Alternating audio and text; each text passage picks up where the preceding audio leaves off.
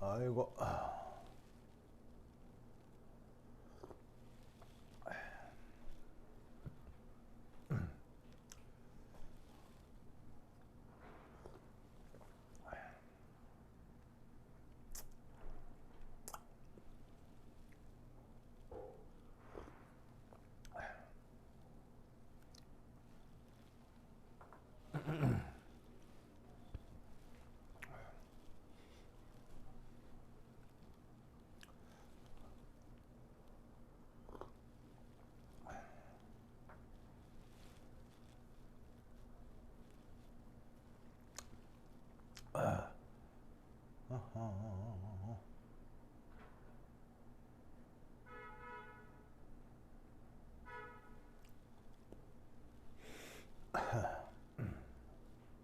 오케이.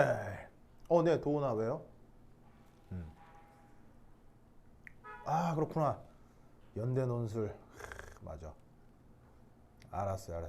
그거 그 동영상 해놓을 테니까 그거 동영상으로 보시면 돼요. 연대 논술 그렇죠. 예, 보시면 됩니다. 예, 그렇죠. 좋아. 오케이. 도훈 좋아요. 또 연대 시험 보는 사람 또 있나? 우진이도 연대 시험 봐요? 우진이 연대 시험 안 봐요?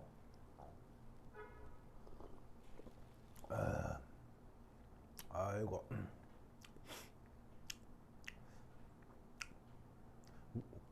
우진이 소리 들리죠? 좋아. 우진이. 그렇지. 마이크 체크. 자, 소리는 잘 들리죠? 소리는 잘 들리죠? 하나, 둘, 셋.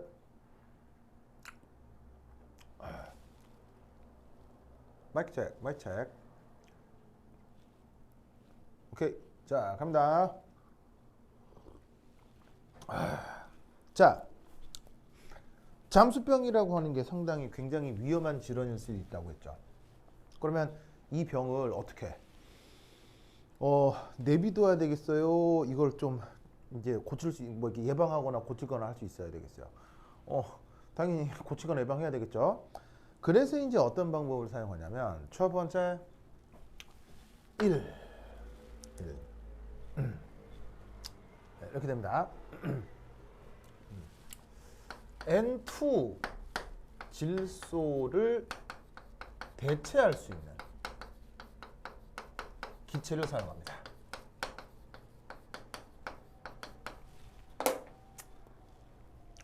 자, 들이마실 때 뭘 들이마신다고 했어요? 여기에 있는 산소하고 질소를 동시에 들이마시게 되잖아요. 우리가 이제 공기 중에서도요. 하지만 산소는 몸속에서 반응을 하지만 질소는 반응하지 않고 빠져나오는 것이 맞기 때문에 이 대체할 수 있는 기체의 첫 번째 특징 1 바로 반응성이 아주 극도로 작아야 되겠죠. 왜냐하면 질소 역시 우리 몸에 들어와서 특별한 화학 반응은 해요, 안 해요? 안 하죠. 왜 안 한다고 그랬어요? 질소가 가지고 있는 삼중결합의 결합력이 워낙 강하기 때문에 질소 자체가 반응성이 있는 건 아니에요. 마찬가지로 대체하는 기체도 반응성이 있어서는 안 되겠죠. 그리고 두 번째. 이게 뭘까요? 요거. 반응성이 극도로 작다. 우와! 우와! 두 번째. 저기 뭘까요?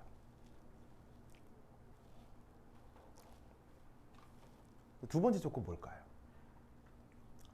반응성이 작은 건 맞는데 두 번째 저기 뭘까요?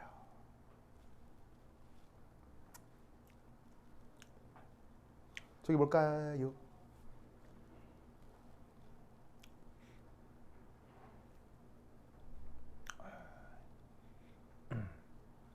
뭘까요? 그럼 떠오르는 거 없어요? 떠오르는 거 아무것도 없어요? 만약에 이게 질문이라고 해봐요. 지금 잠수병을 예방하기 위해서 질소기체 대신에 이제 뭐냐면은 그 어떤 다른 기체를 충전해서 사용한다. 그래서 산소하고 얘를 섞을 거다. 근데 이 섞어주는 얘는 첫 번째 질소처럼 반응성이 극도로 작다. 왜냐면 반응성 큰데 막 들이마시면 어떻게 되겠어요? 몸속에서 반응하면 죽잖아요. 그러면 안 되니까. 그래서 질소처럼 반응성이 작은 건 당연한 건데 두 번째 조건 이게 뭐겠어요? 뭐 아무도 답을 안 하네. 답을 좀 해봐. 아유 참네 이 사람들. 왜 답을 안 해?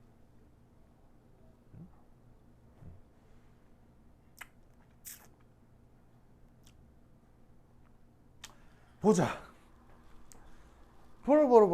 이런 게 추가 문제라니까. 이런 걸 들으려고 지금 내 수업을 듣는 거예요. 이거. 근데 답해 드리면 아무것도 아니에요. 이러고 다 아는 거예요. 보라.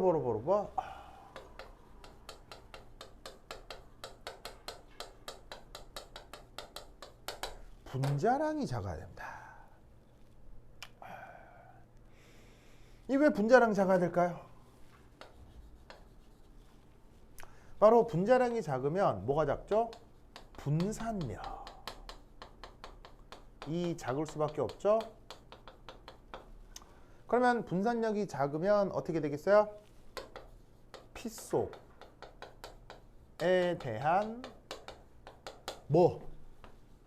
용해도가 크겠습니까? 작겠습니까? 용해도가 더 작아지는 거죠. 무슨 뜻인지 아시겠죠? 분자량이 작아 분산력이 작아야 피 속에 덜 녹을 거 아니에요. 사실 피는 전형적인 극성이에요, 무극성이에요? 피는 극성이지. 왜? 피의 주성분이 뭐니까? 물이니까. 근데 이 N2는 극성이에요, 무극성이에요? 무극성이지? 그럼 기본적으로 피의 질소는 잘 섞여, 잘 안 섞여? 원래 잘 안 섞여. 근데도 약간 섞이는 이유는 분산력. 그래서 원래 이 질소도 원래 피 속에 섞이는 게 아니라고. 잘 안 섞인다고. 그런데 스킨스쿠버라고 하는 독특한 물리적 환경에서 그 약간의 용해도 차이에 의한 어떤 미묘한 그 양의 차이에 의한 병이 바로 이제 발생하는 병이 잠수병이라고. 그러면 그 미묘한 차이도 더 줄이려면 어떻게 해야 되겠어요? 원래 잘 안 녹지만 얘보다 더 안 녹는 대체기체를 찾아야 되겠지. 그러면 당연히 어떻게 되겠어? 반응성이 작고 당연히 대체기체도 무극성이어야 되겠지. 질소처럼. 그래야 물속에 덜 녹을 테니까. 그런데 분자량마저 더 작아서 분산력이 더 작게 나타난다면 물속에 물이나 피 속에 더더욱 안 녹을 거 아니야. 그렇다고 하면 바로 예로 들 수 있는 대표적인 기체가 뭐겠어요? 분자량 억수로 작은데 반응성 극도로 작고 역시나 무극성인 거. 바로 힐륨. 바로 힐륨 기체를 잠수통 속에 질소 대신 채워 넣으면 됩니다.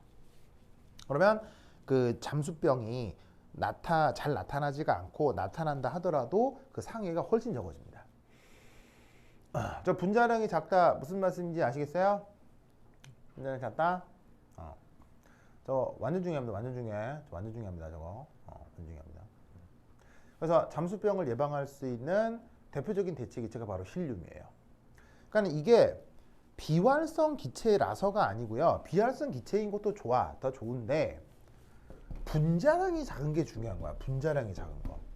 비활성 기체 중에 또 뭐가 있어요? 힐륨, 니온, 뭐 알곤, 지논 이런 거 있잖아. 이런 거 안 된다고. 이런 거는. 이런 거 왜 안 된다고? 이런 애는 분자량이 크잖아. 그럼 질소보다 분자량 크면 얘네들은 들이마시면 어떻게 되겠어? 피 속이 많이 녹아. 그럼 이런 애들은 어떻게 돼? 잠수병을 막을 수 있는 질소기체 대체제로 쓸 수가 없는 거지. 여기서 중요한 게 단순히 반응성이 크다 작다의 문제가 아니라 이 분자량. 화학과 교수한테는 이런 말을 해야 돼요. 알겠죠? 근데 다 여러분들이 아는 얘기잖아요. 아는 얘기인데 이제 연결을 못 시킬 뿐인 거지. 이렇게 생각을 해두시면 되겠습니다.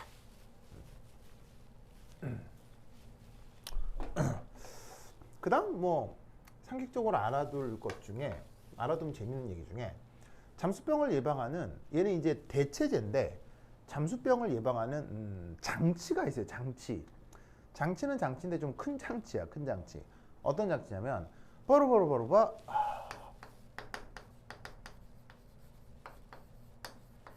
다이빙 벨이라고 하는 장비가 있어요.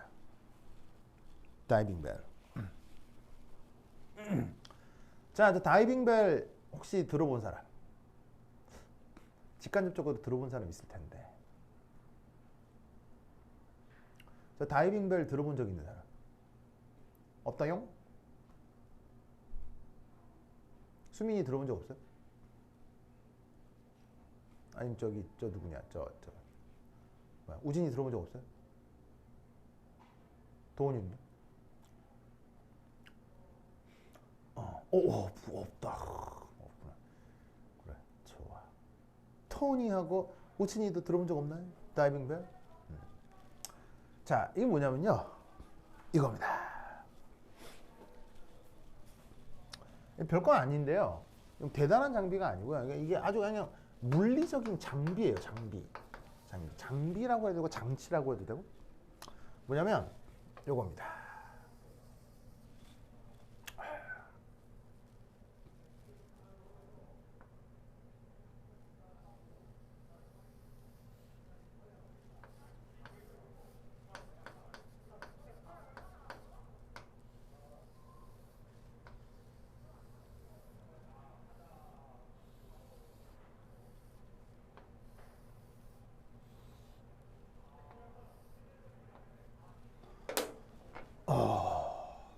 이런 장비입니다.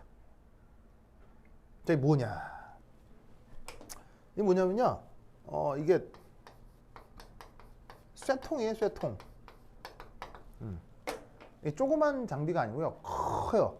사람이 들락날락 할 정도의 쇠통이에요. 그러니까 예를 들면 이제 스킨스쿠버가 스킨스쿠버 하는 사람이 요 정도 사람이라면 사람보다 이렇게 큰 장비예요. 그래서 요 위로 들락날락 하면서 사람이 여기서 약간의 생활이나 휴식을 취할 수 있어요.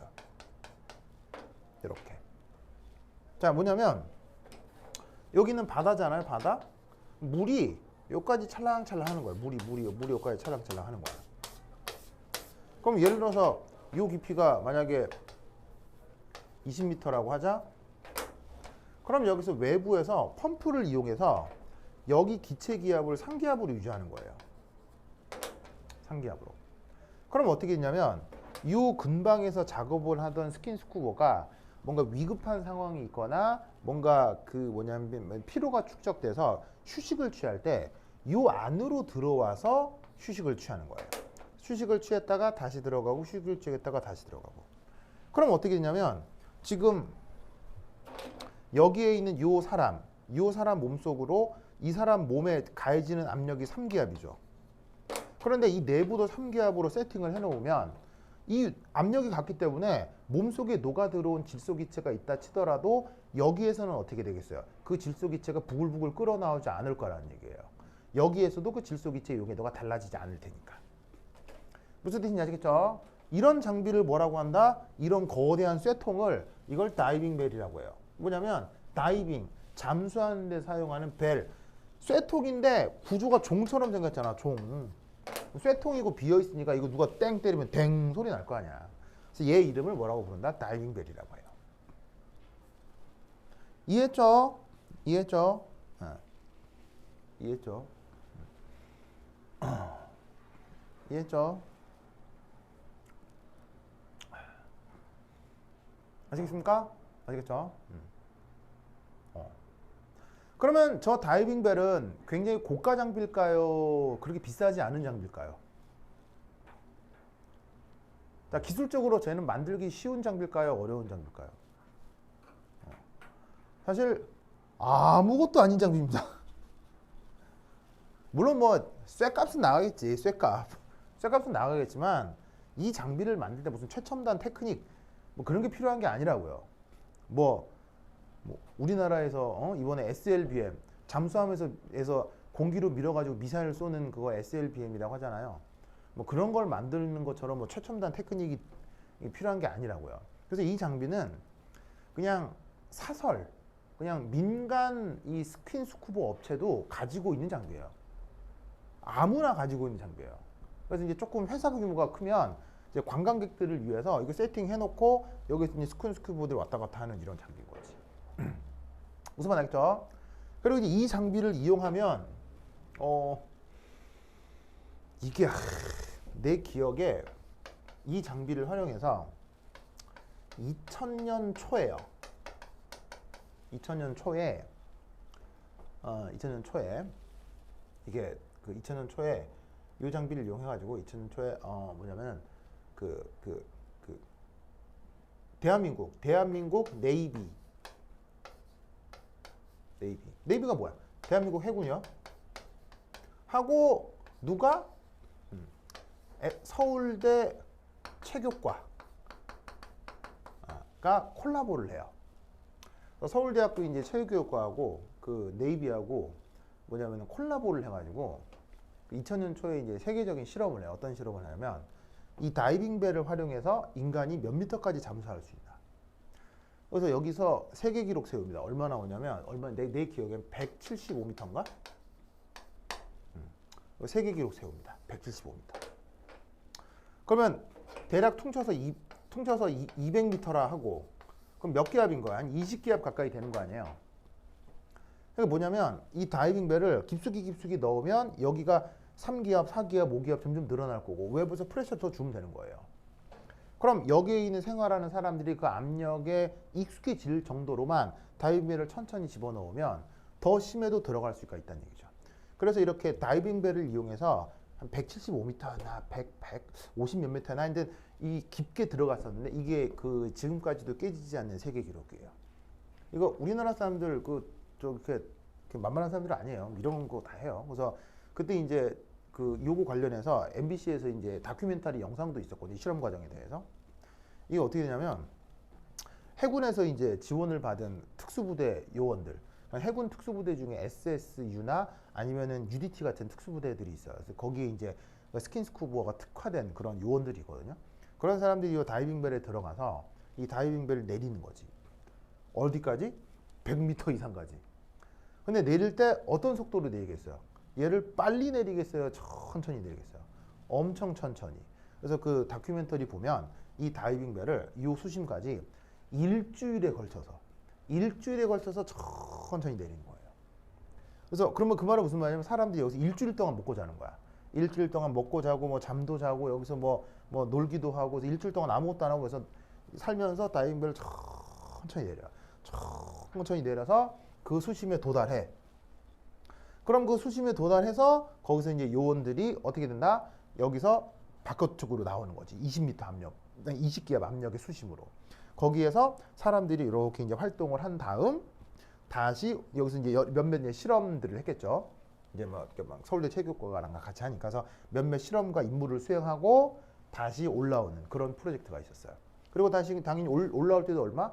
일주일 걸려서 천천히 올라오는 거예요. 무슨 뜻인지 알겠죠?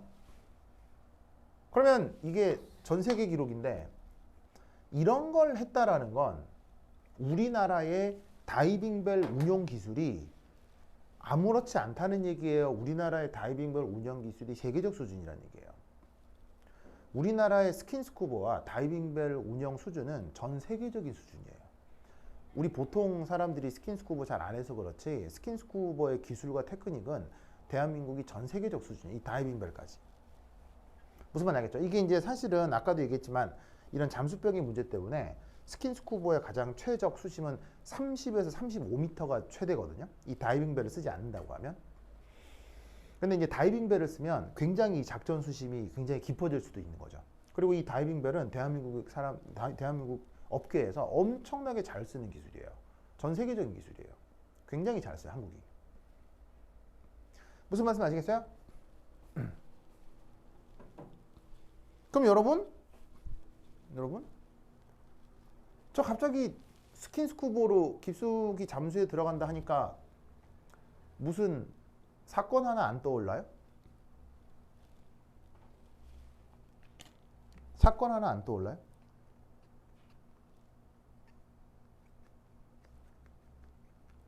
정답. 정답. 바로 세월호라는 사건이 있었죠. 세월호라는 사건이 있었죠.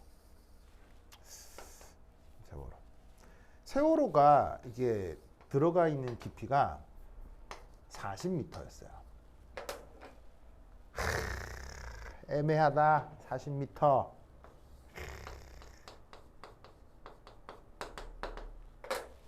왜 애매한지 아시겠죠? 스킨스쿠버로 들어갈 수 있는 최대 수심이 어느 정도라고요? 엄청나게 훈련된 요원이 35m까지 들어간다고요. 이제 그냥 일반 스킨스쿠버가 아니고요. 군 작전 하는 사람들 있죠.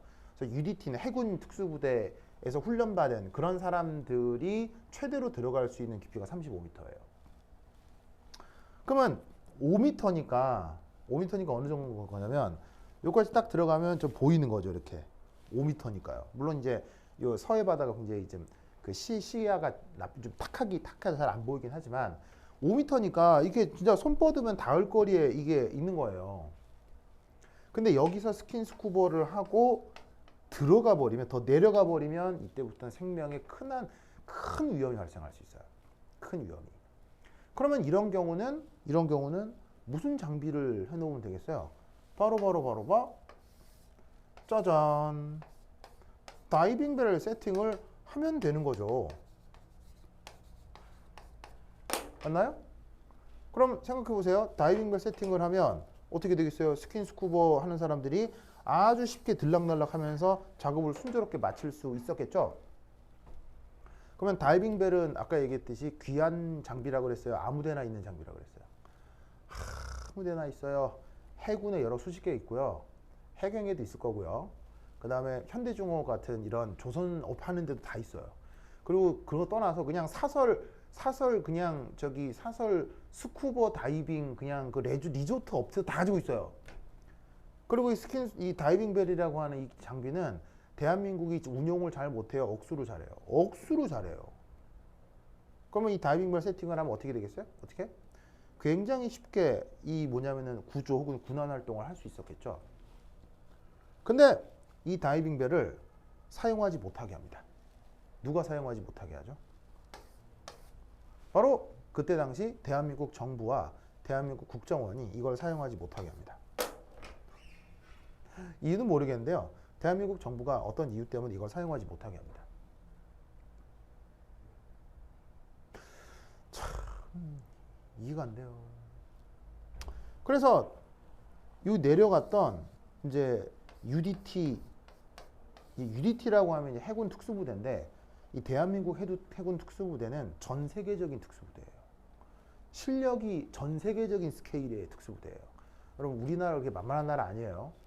특히나 우리나라의 군사력은 엄청납니다. 그래서 여기까지 내려간 UDT 대원들이 다이빙벨 쓰면 정말 쉽게 군환 활동을 할 수 있었거든요.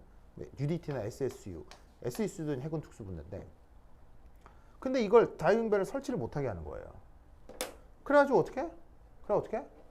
여기에 이 UDT 대원들이 불과 5m라고 했잖아요. 5m. 그러면 5m까지 이게 5m면 이게 닿을 거리 같단 말인 거지. 여기서 더 들어간 거예요. 더 들어갔다가 군환 활동을 하고, 근데 이 스킨스쿠버가 굉장히 피곤하거든요. 굉장히 힘들어요. 들어갔다가 다시 올라오는 거죠. 좀 쉬었다가 다시 들어갔다가 올라가. 이걸 반복한 거예요. 그랬더니 요 구간에서 잠수병이 쌓이다가 이때 UDT 특수 요원 중에 스킨스쿠버 경력만 30년이 넘은 초울트라 베테랑 UDT 대원 한 분이 여기서 순직하십니다. 돌아가십니다. 잠수병이 쌓여서. 이게 무슨 말이냐면 이게 스킨스쿠버 능력이 없는 게 아니고요. UDT, 해군 UDT, 대한민국 해군 UDT는 전 세계 최고 수준의 스킨스쿠버를 갈고 닦는 특수 집단입니다. 이 사람들이 죽음을 무릅쓴 거예요. 죽음을. 이걸 세팅을 안 해주니까 국가에서. 어디나 널려 있는 건데. 그래서 이때 UDT 훈련 중에 그분이 윤주호 맞나? 윤주호 저희 원사신데, 왜냐면 내가 해군 교수였거든. 해군 장교 해군 교수였어가지고 이때 상황이 좀 기억이 남네요. 그래서 돌아가셨던 거죠. 그래가지고 국가에서 이걸 못하게 막잖아요. 막아가지고 주변에 보고 있던 스킨스쿠버 업체에서 기가 막히잖아요. 그래가지고 주변에 있던 스킨스쿠버 사설 업체에서 다이빙벨을 내렸어요. 업체에서 애들 구하려고요. 그래 그 업체 어떻게 된 줄 아세요? 그 업체 어떻게 됐냐면요. 첫 번째 이 업체 저기 뭐냐 저 누구야 세금 내는데 국세청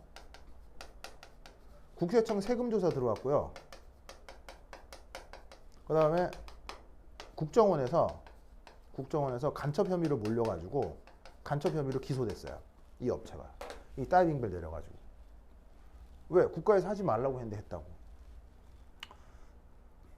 그러니까 세월호는 벌써 한 10년 됐나? 아직 세월호는 밝혀진 게 하나도 없어요. 왜 애들이 여기서 죽을 수밖에 없었나? 이거 하나도 왜 그때 국가가 이 다이빙벨을 내리지 못하게 했느냐에 대해서 전혀 알려진 게 없어요. 아직도 수사 중이에요. 그리고 이렇게 다이빙벨을 내리지 못하게 했던 그 국가의 그 당시 정부의 세력들이 아직도 대한민국의 권력을 잡고 있기 때문에 세월호는 영원히 미제인 사건이에요. 그래서 아이들을 구하기 위해 다이빙벨을 내리면 간첩이 되는 나라가 그때 당시 대한민국이었어요. 그래서 뭐 여하튼 뭐 잠수병 관련해서 이런저런 얘기들을 생각해 볼 수 있겠습니다. 그래서 잠수병을 예방하는 큰 두 가지 방법이에요. 힐륨기체를 사용하고 다이빙벨을 사용하는 것. 그 다음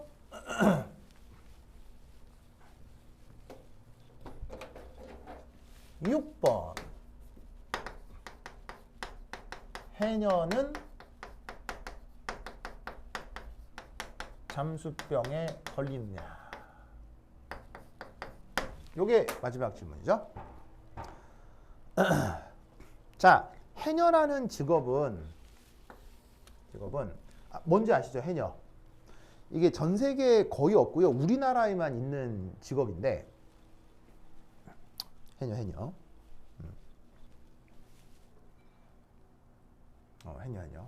여러분 해녀 알죠? 해녀. 도훈아 해녀 알죠? 해녀 알죠? 해녀. 이 해녀가 그 바닷속으로 깊숙이 들어가가지고 거기서 이제 돈이 되는 수산물을 이렇게 이제 그 채취하는 그런 직업을 해녀라고 하죠. 그래서 해녀가 잡아올린 뭐 전복, 뭐 문어, 뭐 이런 거 있잖아요. 근데 이 해녀라는 직업이 이게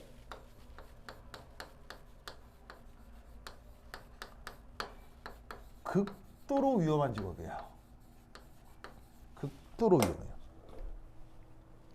다행히 뭐 우리나라는 상어 같은 것도 없어, 그러니까 이렇게 뭐 이렇게 많지가 않아서 뭐 상어한테 물린다 뭐 이런 거 말고도요. 밑으로 이렇게 물속을 내려갔다가 뭐 암초에 걸리거나 그물에 걸려서 거기서 물속에서 질식해서 죽는 그런 사고들이 엄청나게 많아요. 굉장히 위험한 직업인데 그 해녀들이 잠수병에 걸리겠느냐라는 겁니다. 대답은 원론적으로는 잠수병하고 관계가 없습니다. 아주 위험한 직업이긴 한데 잠수병이 걸리지는 않습니다. 원론적으로는. 물론 뭐 그 해녀가 처해 있는 어떤 특별한 물리적 상황에 따라 약간 다를 수 있어서 뭐 부분적으로는 뭐 잠수병의 증상 비슷한 게 나타날 수 있지만 원론적으로는 잠수병이 나타나지 않습니다. 이유가 뭐죠? 바로 장비를 착용하지 않기 때문입니다.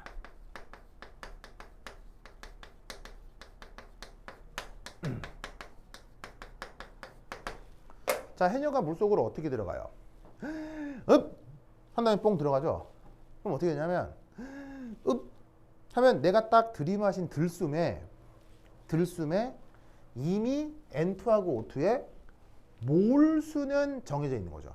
내가 더 호흡을 하지 않으니까요. 그 상태로 물속 깊숙이 들어가도 어떻게 되겠어요? 들어가도 그 주변의 수압이 올라가서 내부 기체의 압력이 증가하는 건 맞겠지만 압력이 증가하건 부피가 감소하건 그래도 항상 일정한 건 뭐예요? 장비를 착용하지 않으면 물속에서 들어있는 피 속의 질소 기체가 몰수가 변하는 건 아니라고요. 그러니까 아주 깊숙한 바다에 있다가 다시 올라와도 급격하게 빠른 속도로 올라와도 후 했을 때 내뱉는 질소 기체의 몰수가 변하는 건 아니기 때문에 모세혈관이 터지는 잠수병은 나타나지 않습니다.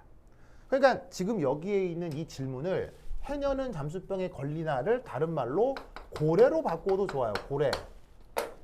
여러분 고래 잠수병 걸리겠어요? 고래가 최대 몇 미터 잠수하게요? 고래는요 1km 잠수해요. 1km 최대 1km 정도 잠수합니다. 1km면 몇 기압이에요? 대강 계산해도 100기압이죠. 그러면 고래는 100기압까지 견딜 수 있는 신체 구조를 가지고 있는데 그 100기압의 1km 수준까지 잠수했다가 나왔을 때 잠수병에 만약에 고래가 걸린다고 치면 잠수병이 세게 걸리겠죠. 모든 지구상의 고래는 다 잠수병에 걸리는 허약한 애들이겠네. 그럼 고래는 잠수병에 걸려서 멸종하겠네. 근데 전 세계 바다에 고래가 많아 적어? 많잖아요. 그러니까 고래가 잠수병에 걸린다고 하면 이상하지. 무슨 말 알겠죠? 그래서 고래가 잠수병에 걸리지 않듯 해녀도 잠수병에 걸리지 않습니다. 바로보다 장비를 착용하지 않기 때문이에요. 그러니까 흡 하고 들이마신 그걸 그대로 활용하기 때문에 이 들숨 내 기체, 특히나 이제 N2 기체겠죠. N2 기체 몰수가 일정하죠. 그러니까 잠수병에 걸리지 않습니다. 그래서 이제 어떤 스포츠가 있냐면요. 혹시 여러분 이런 스포츠가 이제 들어보실런지 모르겠는데.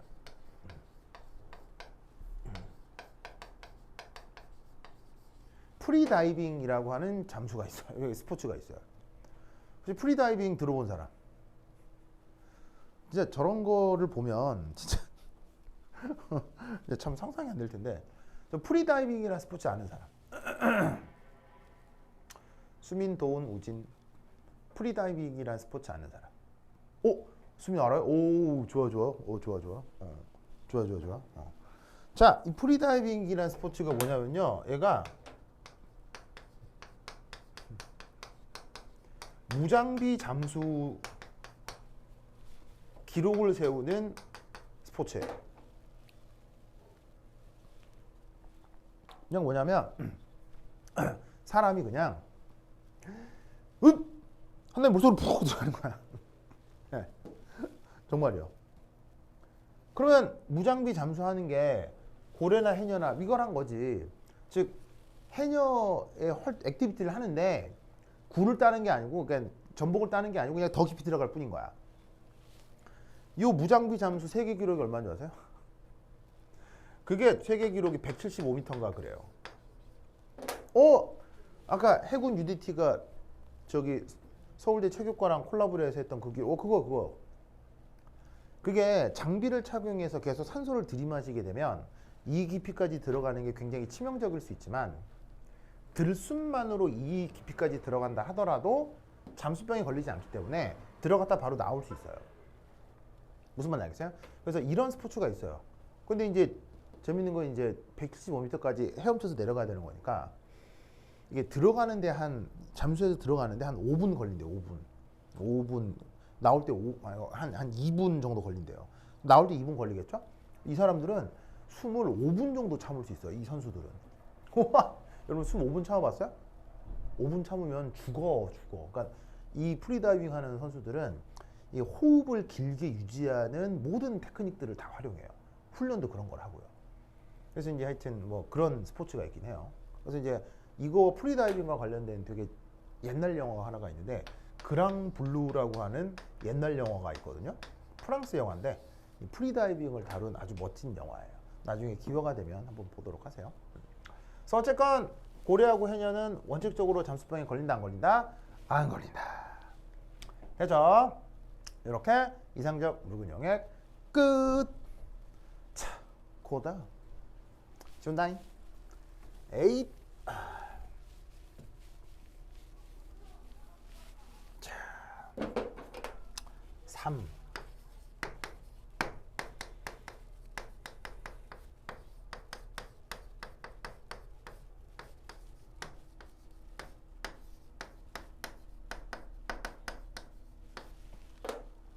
자, 앞서는 이상용액, 이상적 묽은 용액을 했죠.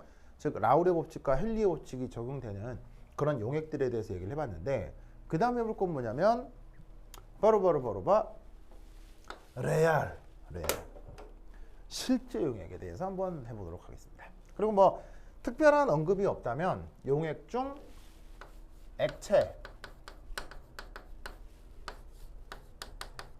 액체라고 가정을 하겠습니다. 사실 용액이 꼭 액체일 필요는 없습니다. 기체도 용액이 있을 수 있고요. 고체도 용액이 있을 수 있습니다. 잠깐 나온 김에 한번 얘기를 하면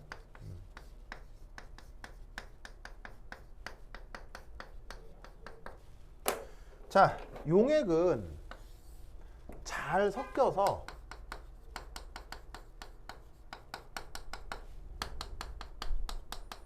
상경계가 없기만 하면 용액이 될 수 있어요. 그러다 보니 첫 번째 일 기체 용액 있을 수 있습니다. 그 기체 용액의 대표적인 예가 뭐라고요? 공기고요. 지금 이게 대표적인 기체 용액이라고요.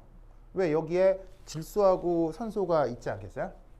그럼 여기에 이제 질소 기체가 있고 산소 기체가 있을 텐데, 오! 여기 산소 기체, 오! 여기 질소 기체 구분돼야 안 돼요? 절대 구분 안 되죠? 그런 상황은 우리가 상경계가 없다라고 하는 거란 말이지. 그럼 이 기체라는 혼합물 안에 질소하고 산소가 구분할 수 없게, 시각으로 구분할 수 없게 섞여 있죠? 그럼 그것도 용액인 거예요. 마찬가지로 고체 용액 있을까요? 없을까요? 있을 수 있다 이런 말이죠. 대표적으로 합금이요. 여러분 합금이란 말 들어본 적 있어요? 성격이 다른 그 금속 성분들을 섞어서 인간이 원하는 물리적 성격을 갖게 하는 그런 금속 혼합물을 합금이라고 하죠. 대표적으로 혹시 왜 우리 일상생활에서 많이 사용하는 스테인리스 스틸, 합금의 대표적인 예로 스테인리스 스틸이라고 하는 게 있죠. 이거 이제 전문 용어로 스댕이라고 하는데, 스댕이란 말 들어봤나 몰라? 이게 우리나라 사람들은 스테인리스 스틸 이게 발음이 되는데 때려 죽어도 이 발음이 잘 안 되는 나라 사람들이 있죠. 바로 저 방파제에 사시는 분들. 일본 사람들은 이 발음이 잘 안 돼요. 그래서 이제 일제시대 때 이게 이제 이 스테인리스 스틸이 1910 몇 년도에 그 개발이 되거든요. 그러니까 이제 일제시대 때 이 말이 처음 들어오는 바람에 일본 사람들이 스댕스댕 하는 걸 이제 그때 당시 우리나라 사람들이 따라하는 바람에 요즘은 저 발음 잘 쓰시는 분들 없는데 좀 연세가 드신 분들 중에 막 스댕스댕 하시는 분들이 있어요. 그게 이제 원래 영어식 표현으로는 스테인리스 스틸을 얘기하는 건데 우리 일상생활에 억수로 많이 쓰는 거예요. 그냥 뭐 식기로도 많이 쓰고요. 뭐 건축 자재로도 많이 쓰고요. 뭐 굉장히 많이 사용합니다. 그래서 얘는 누구하고 누구의 혼합물이냐면 바로 철하고 크롬의 혼합물이에요. 철이 주성분이고요. 크롬이 미량 성분이에요. 그러면 그 주방 식기 중에 스테인리스 스틸로 돼 있는 게 있는데 그거 어느 날 설거지 하려고 딱 봤는데 아이고 여기 크롬 박혀 있네. 이 구분해서 보여 안 보여? 안 보일 걸? 그럼 이런 것도 삼경계가 없기 때문에 용액이라고 할 수 있다는 얘기죠. 아시겠죠? 그래서 꼭 액체만 용액인 게 아니라 기체나 고체도 다 용액일 수 있어요. 꼭 기억하세요. 이 얘기를 하는 이유는 이게 서울대 기출에 나옵니다. 그것도 아주 쇼킹하게 나옵니다. 서울대 기출 문제 중에 저 고체 용액에 대한 얘기가 진짜 상상도 할 수 없는 부분에 싹 나온 적이 한 번 있습니다. 예, 그래서 그것 때문에 한번 그 말씀을 드립니다. 그래서 용액이라고 하는 게 꼭 액체일 필요는 없다. 물론 액체 용액이 가장 흔하긴 하지만 기체 용액, 고체 용액 다 가능하다. 자, 어쨌건 요 실제 용액에 대한 얘기를 좀 해보면,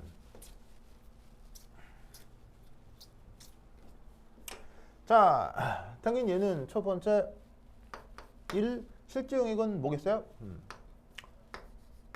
Not ideal. 바로 이상 용액이건 이상적 묽은 용액이건 그런 게 아닌 게 바로 실제 용액이겠죠. 그래서 이때 A 원래 액체라고 합시다. B 이것도 원래 액체라고 합시다. 가 섞여 용액이 될 때 어쨌건 A하고 B는 잘 섞이는 어떤 관계라고 합시다. 잘 섞여가지고 용액이 될 때 이때 몰 분율에 따른 저 A의 증기압 변화를 한번 생각해 보도록 하겠습니다. 자, 첫 번째는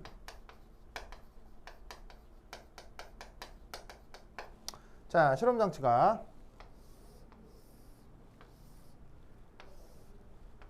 자, 이런 피스톤과 같은 PEX. 자, 얘는 외부 압력이고요. 그리고 피스톤은 닫힌 그릇이고요. 자, 그리고 여기에 A하고 B가 잘 섞여서 용액을 이루었고요.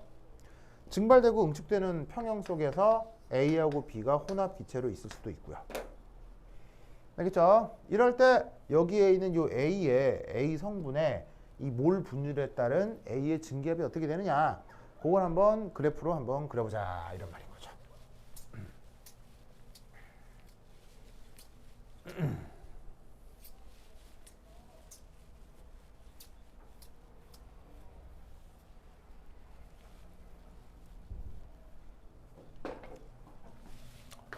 자, 그래서 이제 그래프 표현.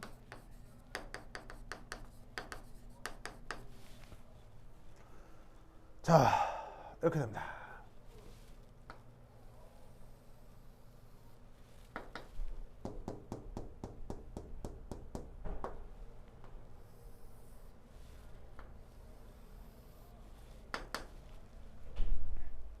자, Y축은 압력이고요.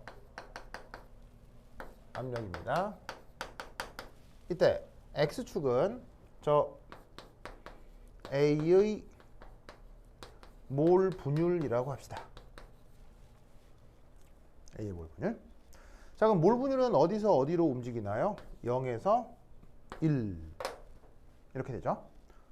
그러면 보시다시피 A의 몰 분율이 0이다.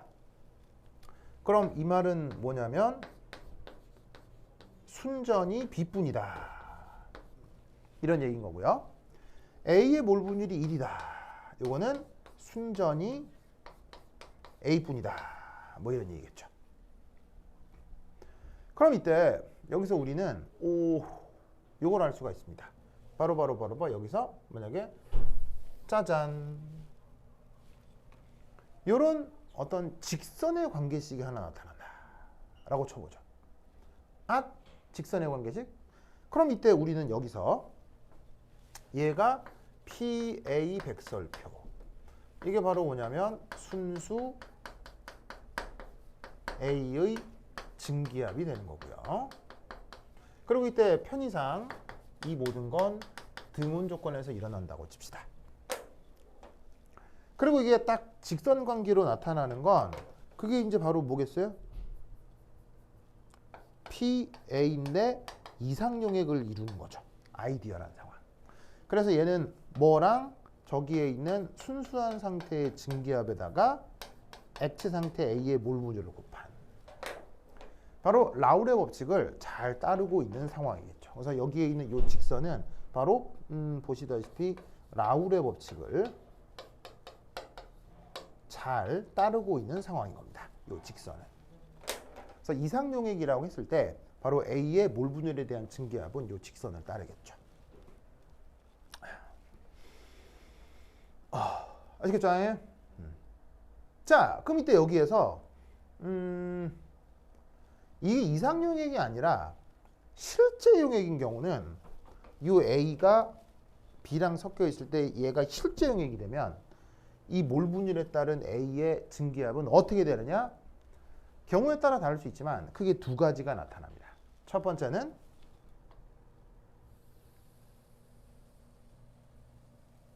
짜잔 요런 경우, 혹은 짜잔 요런 경우. 이렇게 두 가지 패턴이 나타납니다. 그럼 이때 여기서 자, 이거는 라우레 법칙을 만족하는 아이디얼 ID라고 썼어요. 이상용액의 상각이고, 자, 위쪽을 그러면 A의 증기압인데 레알, 뭐 레알이라고 하죠. 레알인데 증기압이 좀 커졌으니까 플러스 상황이라고 합시다. 플러스 상황. 자, 이것도 아이디얼 아니니까 A의 증기압인데 레알이라고 합시다. 근데 이상용액보다 감소했으니까 마이너 상황이라고 해봅시다. 아시겠죠? 그러면 이 둘에 대해 우리는 어떤 생각을 해볼 수 있느냐? 우선 그래프에 대한 첫 번째 해석은 바로 이겁니다. 어떤 생각을 한번 해볼 수가 있냐면 하여튼 뭐 여러 가지 생각이 있을 수 있는데, 우선 이거에 대한 그래프는 이건데, 여기에서 우선 첫 번째 1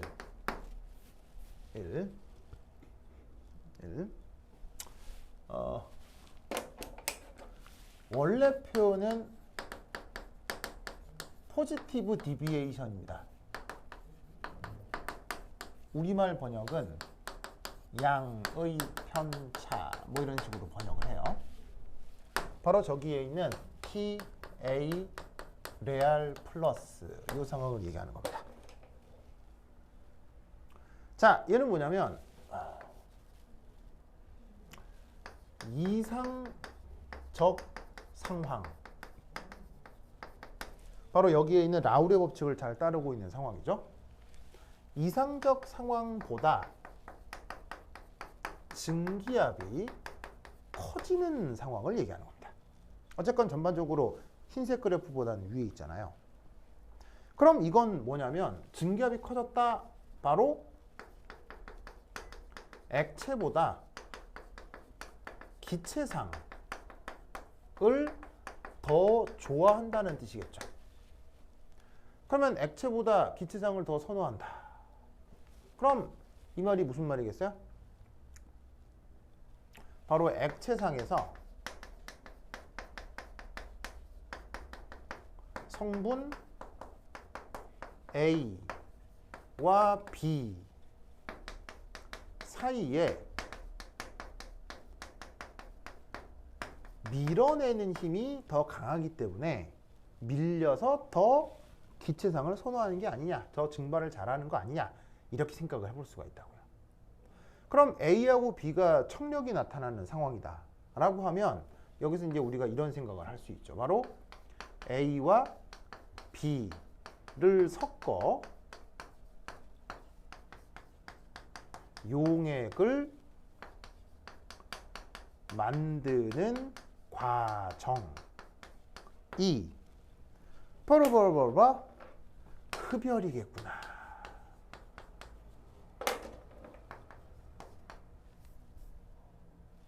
이라고 생각을 해볼 수가 있는 거죠. 자, 흡열이 뭐예요? 흡열이 외부로부터 에너지를 흡수하는 게 흡열이잖아요. 그럼 외부로부터 에너지를 흡수하니까 얘는 당연히 에너지적으로 안정해지는 거예요? 에너지적으로 불안정해지는 거예요? 바로 에너지적으로 불안정해지는 거죠. 이때 어떤 표현을 쓰냐면 바로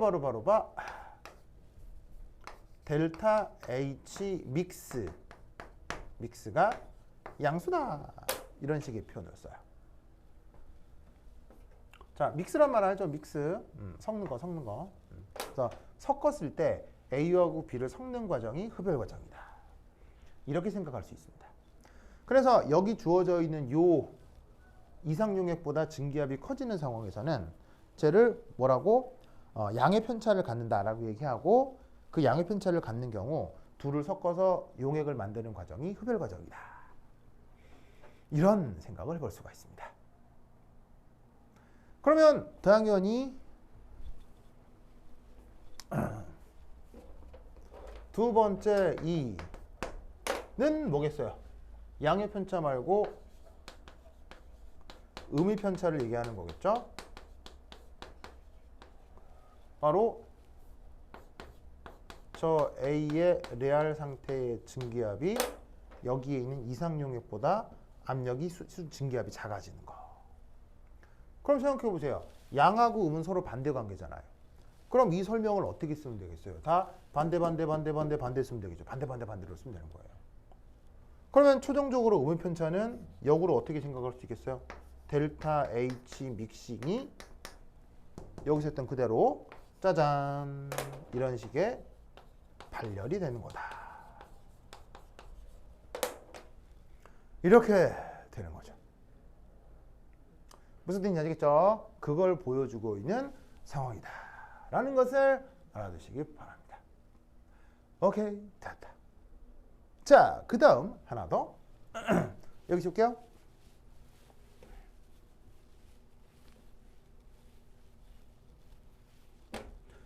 자, 갑자기 퀴즈.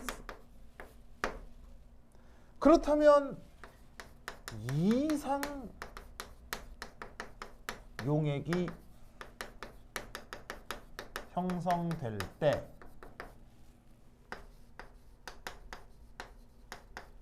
엔탈피 변화를 예측하시오 라 한다면 뭐라고 답하겠어요? 바로 저 델타 H 믹싱을 뭐라고 해주면 되겠어요? 0이다. 이렇게 얘기해 주시면 되는 거죠. 왜? 이상용액은 뭐예요? 양의 편차도 아니고 음의 편차도 아닌 게 이상용액이잖아요. 그러면 이상용액에서는 얘는 성분들이 섞여서 이상용액이 될 때 발열도 아니고 흡열도 아닌 그런 일이 벌어지는 걸 우리가 이상용액이라 한다. 이런 말씀이죠. 뭔 말인지 아시겠죠? 이렇게 얘를 예상해 볼 수 있겠습니다. 됐다. 그 다음 세 번째. 자, 재밌게도 이 A의 불분율이 짜잔 이렇게 될 때를 한번 생각해 보도록 하죠.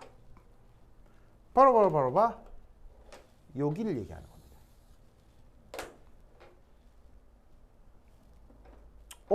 그럼 이게 뭐냐면 어떤 조건이라고 생각을 하면 되냐면 묽은 용액에서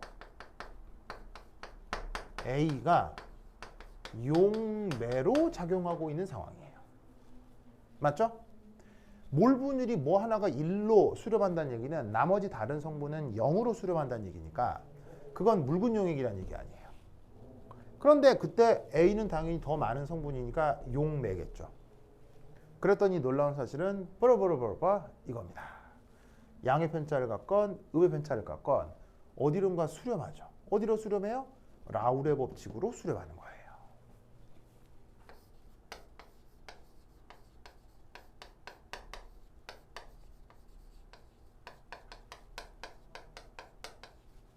요거 굉장히 중요합니다.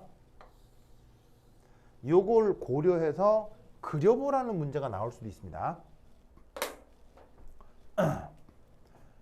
묽은 용액이어서 A가 대부분이면요. A는 A 자체의 성격이 주로 나타날 거 아니에요. 그러니까 그게 아무리 실제 용액이어도 A밖에 거의 대부분이 A니까 그게 이상 용액으로 예상되는 성격이나 실제 용액으로 예상되는 성격이나 A밖에 없으니 A의 증기압 그 근처가 그대로 나와야 한다는 얘기예요. 그래서 어떻게 된다? 양의 편차를 갖고 음의 편차를 갖고 한 실제 용액들이 다 이렇게 그 이상 용액의 라우레 법칙으로 수렴하는 형태로 이 데이터가 나타난다는 얘기예요. 무슨 뜻인지 아시겠죠? 그럼 이때 만약에 A가 0으로 수렴하는 조건 어디란 얘기겠어요? 바로 여기를 얘기하는 거란 얘기예요. 여기. 그러면 이 말은 무슨 말이냐면 이제 거꾸로 A가 묽은 용액에서 A가 용질이 된 거죠. 그러면 여러분 생각해봐요. 묽은 용액에서 용질이다. 뭐 떠오르는 단어 없습니까? 바로 헬리즈로에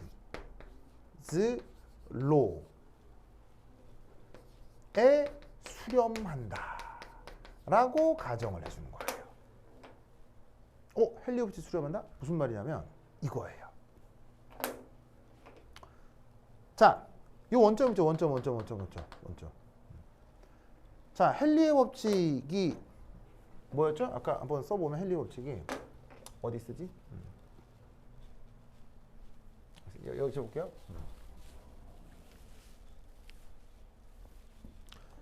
자, 헨리 법칙이 예를 들어서 A가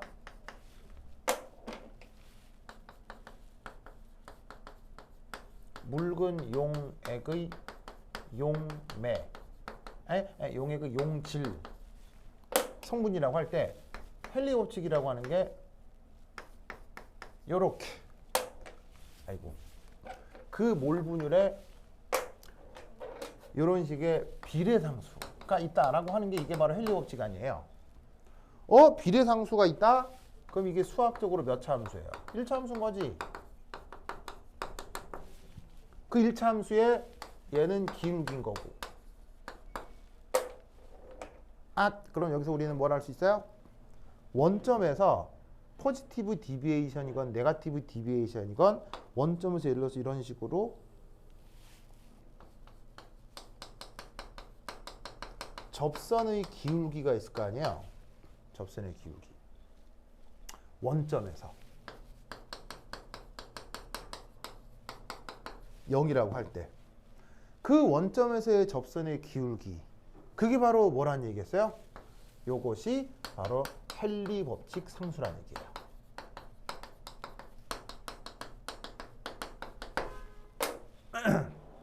즉 만약에 네거티브 데비에이션이면 이 기울기가 이게 바로 헨리 법칙 상수가 된다는 얘기죠.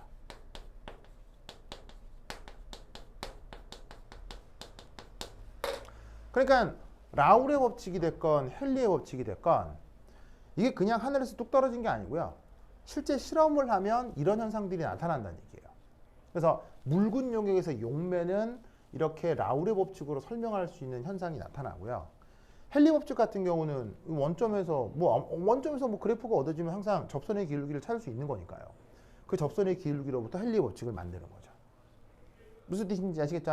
그래서 이 이상 용액에 대해서 실제 용액에 대한 성격을 비교해서 설명을 할 때는 이렇게 양의 편차, 음의 편차에 대한 흡열 반응, 발열 반응 이런 얘기를 해야 되고요. 그 다음에 용매가 될 때는 라울의 법칙, 그 다음에 용질이 될 때는 헨리의 법칙에 대한 언급을 꼭 할 수 있어야 됩니다. 아시겠죠? 이렇게 그 실제 용액에 대한 아주 이제 대강의 얘기를 좀 해보았습니다. 실제 용액은 이거 말고도 굉장히 좀 희한한 것들이 많은데 뭐 이 정도까지만 하면 충분할 것 같습니다. 자, 그러면 일단 조금 쉬었다가 그 다음 용액의 총괄성 한번 해보도록 하겠습니다.